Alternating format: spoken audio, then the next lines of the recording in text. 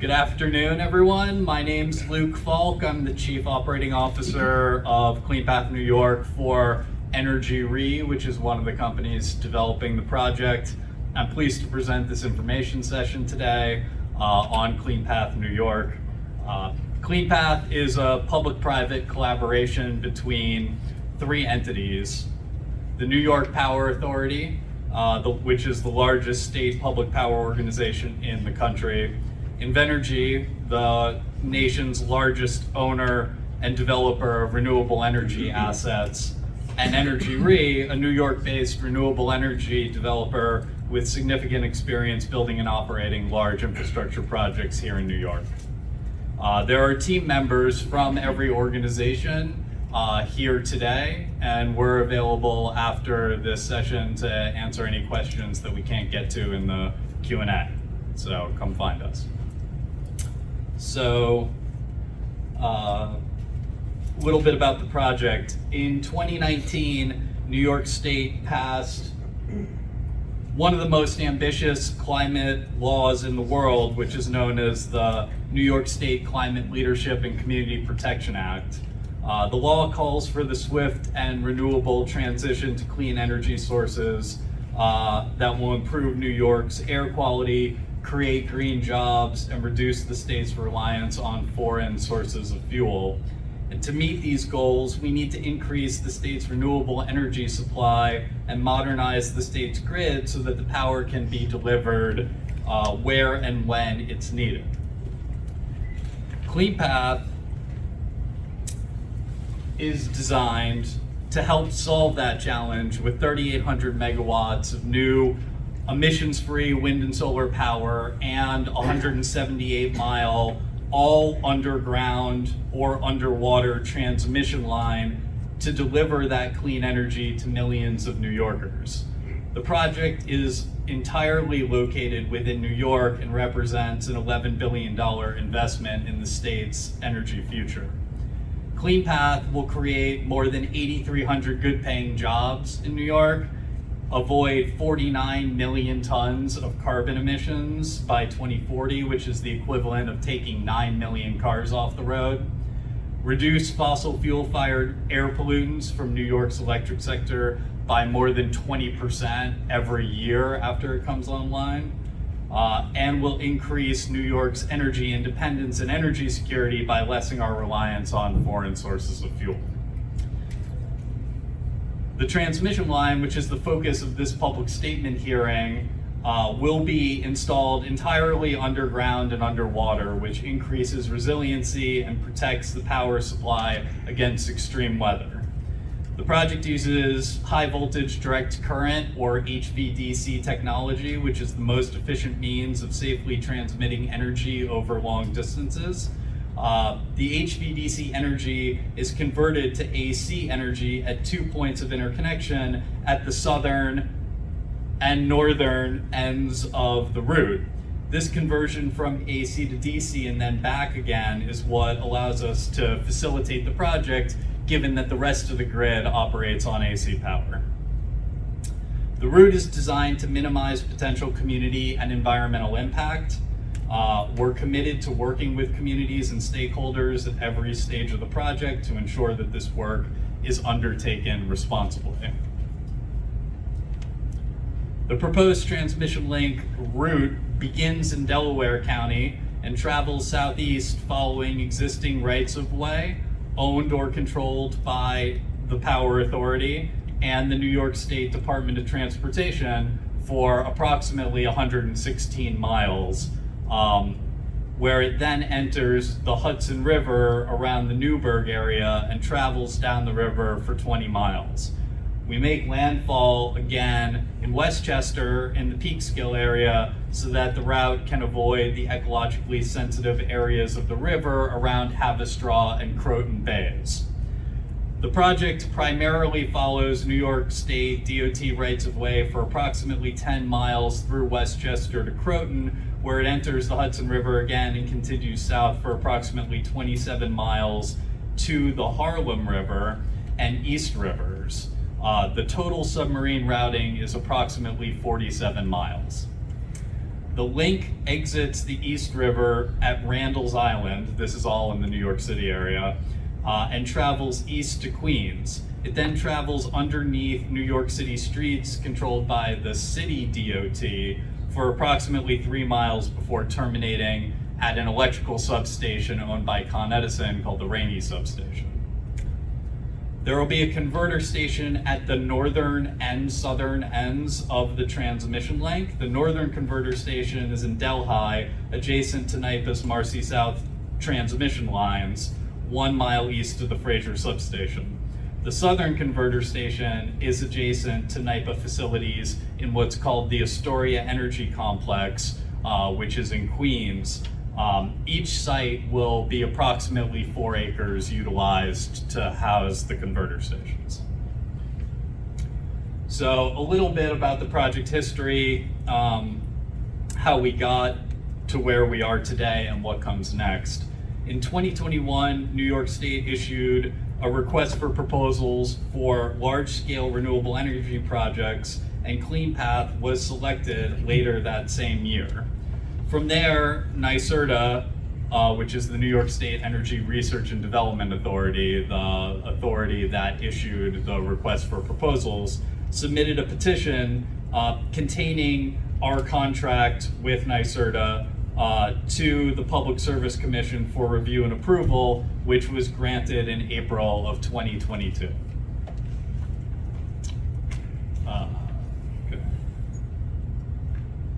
In October 2022, after more than 2 years of analysis, study, and stakeholder consultations, CleanPath New York submitted its Article 7 application for the transmission portion of the project. The New York State Public Service Commission then deemed the application complete in June, as was noted earlier. That kicked off a series of public statement hearings and further stakeholder consultations, which is why we're gathered here today. Pending review, we anticipate that CleanPath will receive its Article 7 certification in summer of 2024, with additional approvals and permits to come in the fall of 2024.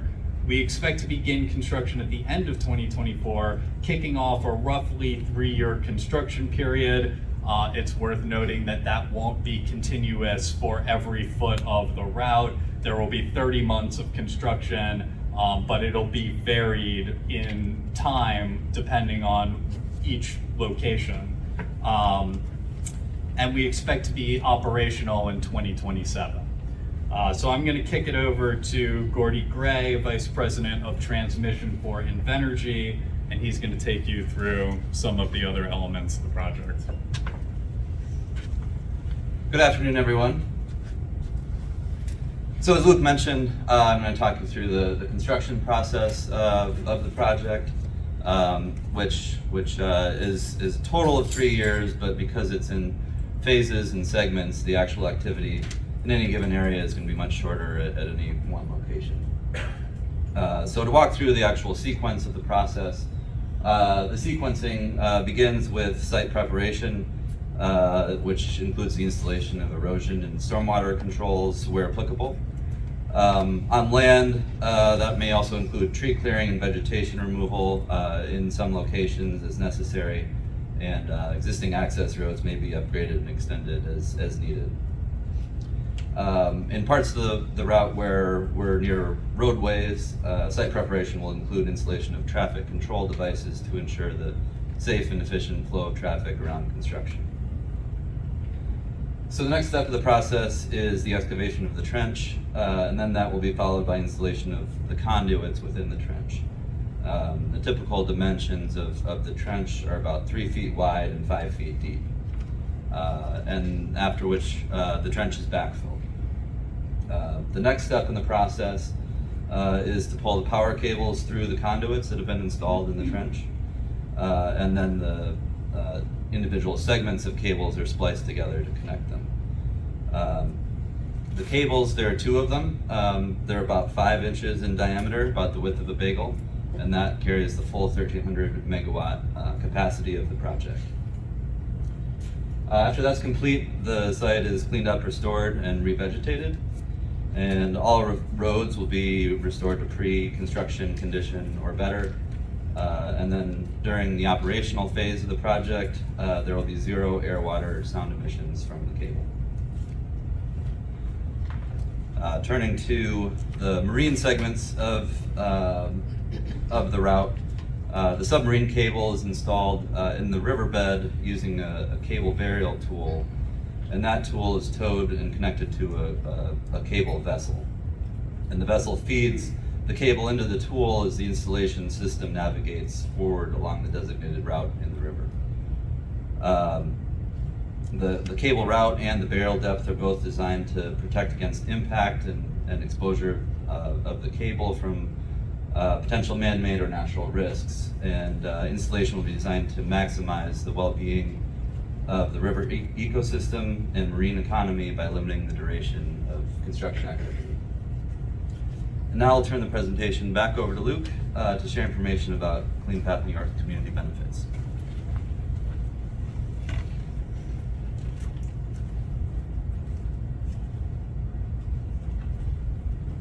Great.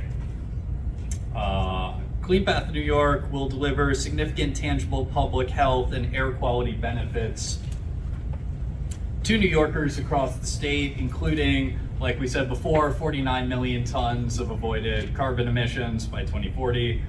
The project will reduce nitrogen oxides, sulfur oxides, and particulate matter 2.5, some of the main drivers of poor air quality and the associated negative health impacts for our communities as well. By decreasing the risk of these negative health outcomes, including respiratory illness, asthma, and allergies, Clean Path saves New Yorkers billions in healthcare costs. Clean Path is also going to be making direct investments in public health access and resources, which I'll share more about in an upcoming slide. Clean Path New York is one of the largest clean energy infrastructure projects New York has seen in 50 years and stands to generate substantial economic and workforce benefits for the state, including $3.5 billion invested in transmission alone. The project will support 8,300 jobs, all under a project labor agreement to ensure that the jobs are good paying with good benefits. New York State's grid is currently outdated and congested, costing New Yorkers billions in repairs and energy inefficiencies. Clean Path New York will modernize and upgrade the electric grid, saving New Yorkers billions. By connecting New York to its own sources of wind and solar power, Clean Path New York reduces the state's reliance on costly fossil fuels and increases our energy independence.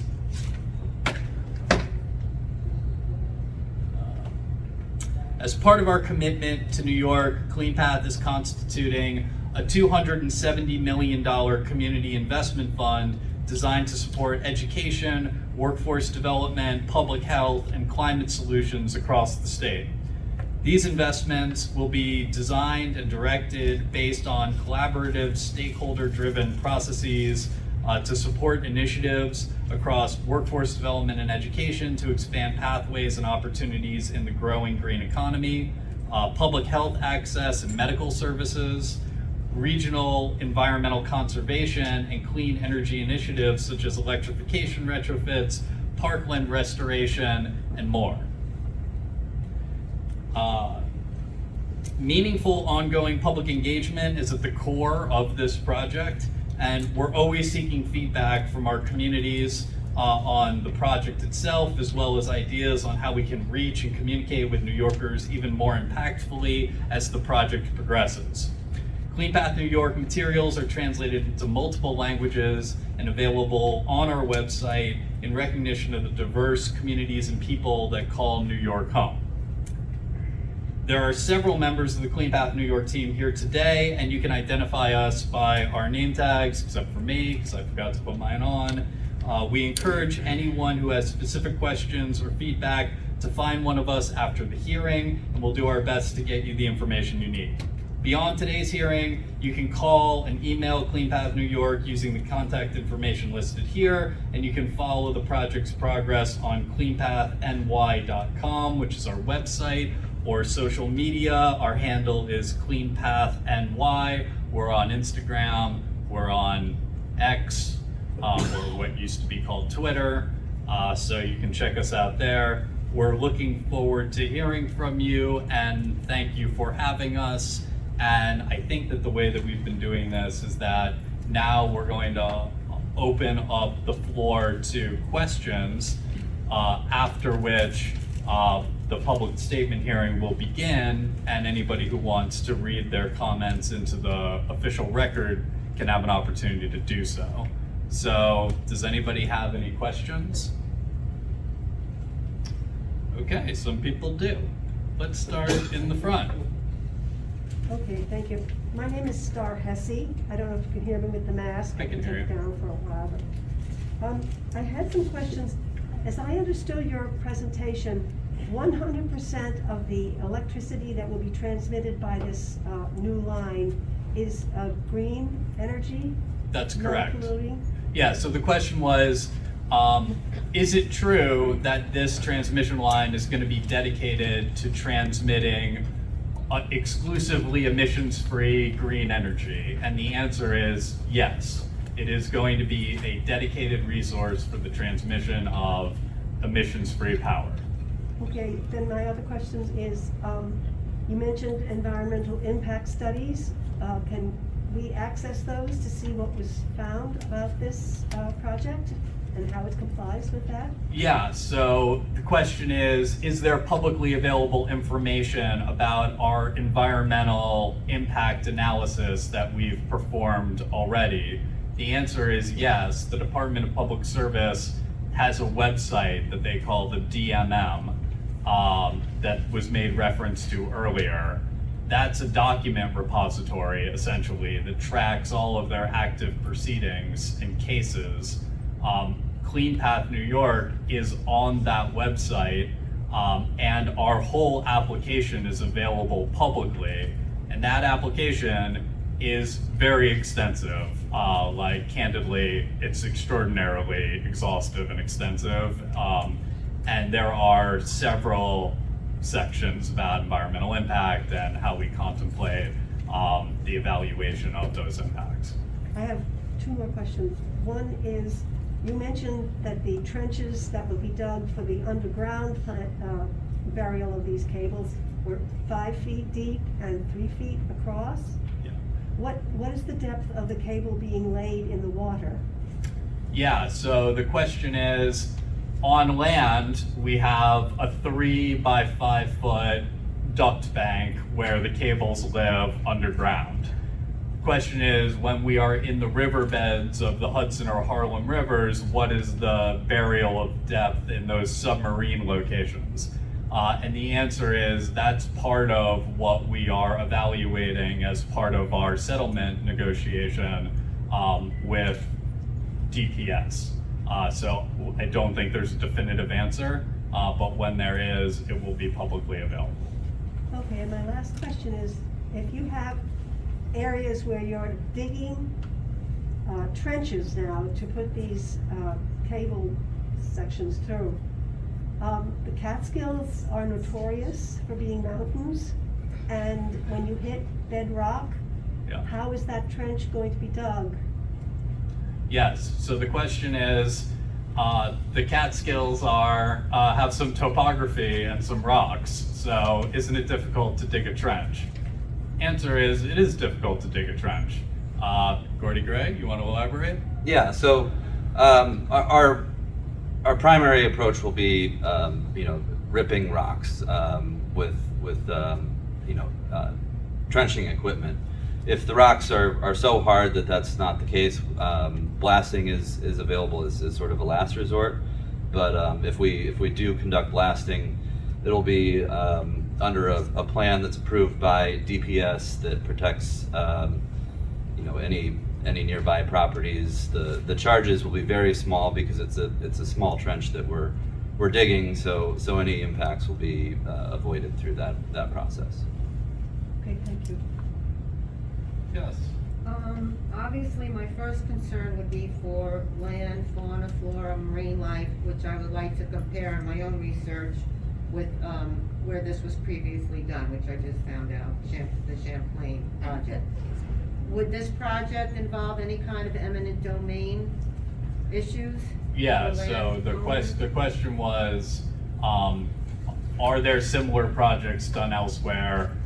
Before we got underway, the answer is there is a somewhat similar project called the Champlain Power Hudson Express. They're further along in their project life cycle than we are. They're under construction. They've been approved by the commission to move forward and are doing so. Their line is more in the river than ours is, and it's very long. Theirs is 340 miles, ours is half that. In terms of, what was the question? Eminent domain? Eminent domain, no, Not at all, not on the table. yeah. We have no plans to pursue eminent domain. Yes.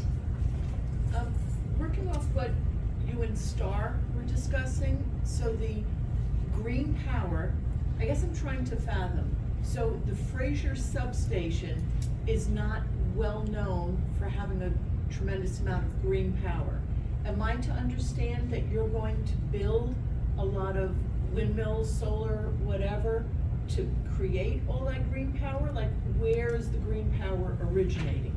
Yeah, so this question is around if this is going to convey emissions-free New York homegrown renewable resource downstate, where is that resource? And the answer is, on the part of the project that is not subject to our Article 7 discussion here today, we are in parallel building, at the moment, 23 large-scale wind and solar projects all across the state of New York. And the idea is that they're going to come online, they're going to convey their power over the existing grid to the Fraser substation, and then we'll take it from there down, because our line is able to traverse existing congestion on the grid that is alive in this area today, which couldn't take that power down but for the construction of our line. So that's how it works. And so everything is all gonna come together by 2027, or will some of that be online much earlier? Yeah, that's a great question. So the question is, how do you sequence the construction of all of this, given that it's a big project? So, in fact, one of those renewable generation facilities, it's called Number 3 Wind, and our friends at Invenergy advanced its construction for a number of years already, is already online and operating in Lowville, which is in Lewis County, and that's 104 megawatts of wind power. And that's going to be feeding the local network there. And then when our transmission line comes along, it's going to be able to ultimately take it all the way down to the downstate region. And that's the idea of all of the projects. They're going to have a staggered development sequence. And then my second project is related to jobs, because we love hearing that there's gonna be, did you say 83,000 jobs? 8,300 jobs I'm sorry, here in the state of 8,300. New York. So, given that the project is so linear in scope, will these jobs be consistent, or will it be staggered that maybe some workers get work for 4 months and then no work at all? Like, how is the 8,300 jobs going to work? Yeah, so the question is, how are the jobs, like, what's the duration of the employment pursuant to the job creation? The answer is, it's predicated on our mobilization and construction forecast. What we have is a total forecast of manpower requirements to perform the installation and operation of the equipment. I can't speak to the exact duration of each participant in a given section, except to say a lot of the jobs are focused during the construction period, fewer during the operating period, but there's job creation in both. Yes. Yeah, Chris Knapp, Sullivan County Real Property Tax Services Director. I have a question. Who actually owns the power line? Yeah, so the New York Power Authority will own the power line. Okay. And leading into that, typically, as you're probably aware, telephone poles, power lines, et cetera, they reside in Rule Section 6 on the assessment rule. The state does have a cap on what those values can be. And even if they're exempt, they're still on there, they have an assessment. Is this an exempt project for the power line? So we can talk so the question is a detailed question about the assessed value of the infrastructure. We can talk in more detail afterwards if you want. But my understanding is NYPA is a tax exempt organization, and the assessed value, I can't speak to the impact of the assessed value on NYPA as an organization. And did I hear it's the actual power line itself is $3.5 billion investment? That's correct. For the entire length, right? That's correct. Okay. Thank you. No problem. Yes. This is following the existing Marcy South line. Is there any kind of connect with the electromagnetic field that overhead and this ground? Yeah, so Separation? right. So this is an engineering question. For almost the entirety, I think the entirety of our presence in Sullivan County, our line is buried directly underneath the Marcy South transmission corridor that holds NYPA's overhead power lines today. And so the question is there an issue of electrical coupling between the overhead lines and the underground line? I'm gonna kick it to the smarter guy, Engineer Gordy Gray. Yeah, so in our application, there's a very detailed study of EMF, and it's important to note that New York has some of the most stringent standards in the world actually for EMF. So the project's in compliance with the state standards, and the amount of EMF that's actually generated from underground lines is very small compared to overhead. And in terms of the engineering perspective, like where there's not going to be interference and coupling issues. A lot of this right away goes through private lands. Is that something that would be felt if you're walking around and noticed, or? No. No. All right, we'll take one more question for now, and then we need to start the public statement hearing, but there'll be time after the public statement hearing for questions too. Go ahead. I want to ask about endangered species. What's going to be your approach to knowing about endangered species on any particular section, and what you're going to do about it? Okay. Yeah, I can speak to that. So the application that we've talked about that's posted online has a lot of detailed study about what species may be present, what surveys we've done to identify that. And we've also done a lot of consultation with both state and federal agencies, DEC, Fish and Wildlife Service, to ensure that we understand where T&E species may be present, and the certificate will include conditions to ensure that the construction is protective of all species that may be present. So, and that's a general answer to a general question, but happy to talk in more specifics if you'd like. So how would the public be able to follow that? Say somebody who lives in that area knows that there's endangered species there, and they read your summary that you just talked about, Mhm. and they disagree. Yeah, so I mean we're very open and would welcome any comments if anyone has information that they think that the project should be aware of about the presence of T&E species. I'm sure the state agencies would feel the same way. So we would encourage anyone with that to either approach us or the state to make that known and make sure that we're protecting T&E species. T&E being threatened and endangered for And I would encourage you to contact the state agents as well as the applicant, but the state agencies directly, and let us know, either Department of Public Service, or Department of Environmental Conservation, DEC, would be interested in that information. For other types of information, we would encourage you to write in public comments that will get posted to our website under the case. Generally, DEC doesn't like the specific locations of threatened and endangered species to be made public. So that's the only reason I would recommend in that particular case to contact a staff member whose names are listed on the website under the case. Again, the case number is 22T0558. And my name's Anthony Belcito. Yeah. Well, I could give you my number. You can call me directly about any concerns you have about species, but I could also put the slide back up for the case number and everything.